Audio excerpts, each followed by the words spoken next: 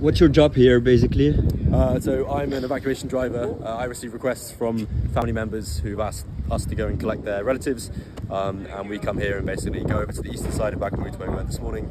Went there, and there was a lady who's 51 years old who had requested herself actually to leave because things are getting a bit too hot over there. We arrived, lots of Ukrainian missiles today actually going over, flying overhead. You can hear them whistling, and a lot of small arms firing and soldiers kind of hiding behind bus stops as we whiz past, looking at us thinking we're a bit crazy.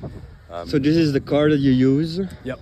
You kind of need a 4x4 because getting over the river is pretty precarious. It's very muddy, so without one it's quite difficult, so this is a necessity for us. And when you go to the east, how do you orientate yourself? I mean, we've been there a lot, so we kind of know the streets just by sight, but of course we use Google Maps. And as you get closer to the front, you just speak to the Ukrainian soldiers and say how far until things get a little bit too bad. They'll say, 200 meters, and then you get, okay, I'll leave the car here and I'll go on foot for the rest. Eastern Bakhmut now is a place that a lot of volunteers don't dare to go because it's too dangerous. You go.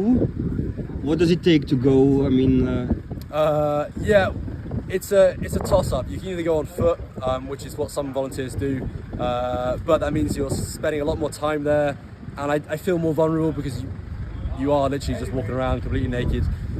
By car, you're more of a target, but you can fly to a destination in 2 minutes and fly back out in 2 minutes. Hopefully just doing it quick enough that the drones don't spot you, and then you can just park it behind a building and hide. But yeah, a lot of volunteers won't go anymore, but there are people there who want to get out, so I'm willing to go.